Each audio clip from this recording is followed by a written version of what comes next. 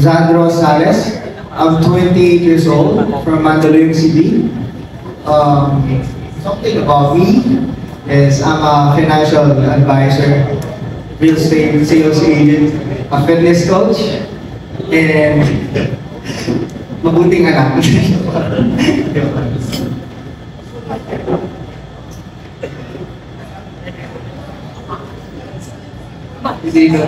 Tell me more about your background. Oh, so supposedly dapat kasali ako din sa Yes, 2023.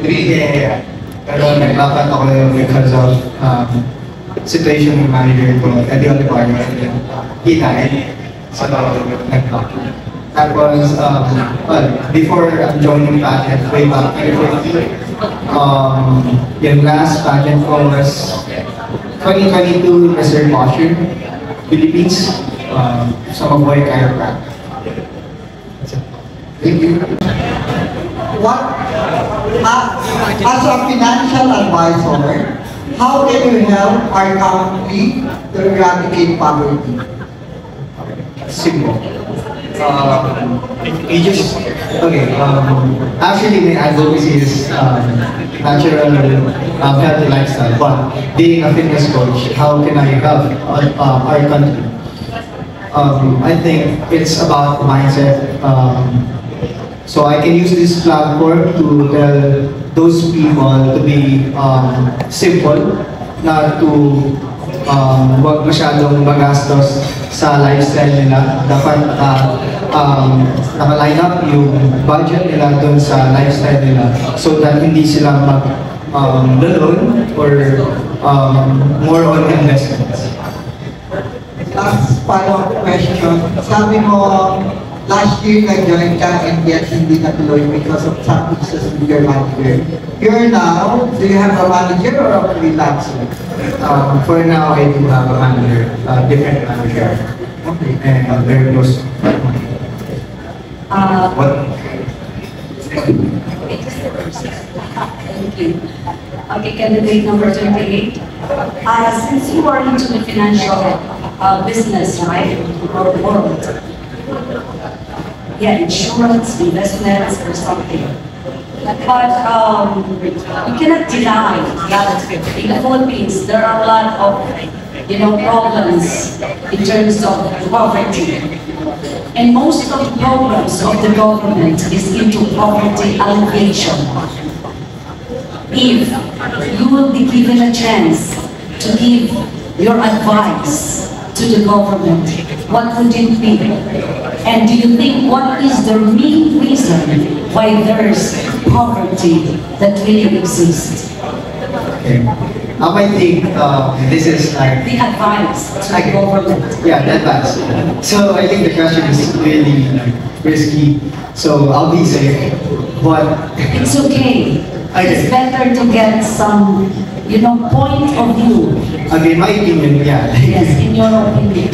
So in my opinion, my advice to the government is really be like trustworthy. So we should pick a politician not to be, we know all the main reason of poverty is corruption.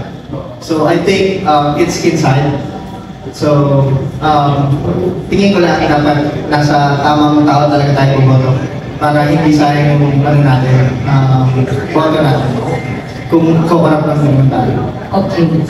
That is on the side of politics. Okay. So that's one. But that is your opinion. But let me do it in a specific way. Are you familiar with the 4-piece program of the government? Yes. What is your opinion to the 4-piece program of the government? It's okay. Okay, Gusto ko kasi makuha yung idea niya. Yeah. Yes, millennial. So, what is your idea about this 4-piece program? I think Forbes gave a lot of help to other people. But I think it's not about giving money. Forbes kasi it's about allowances. So I think more on talks about how you handle your finances. That's how I think it is. So you will say, you will agree with me with the sayings that don't give people the fish, but rather teach them how to catch the fish. Thank you very much. I like you, number 23. Do you have any talent? I can sing, I can dance. I can dance. Okay.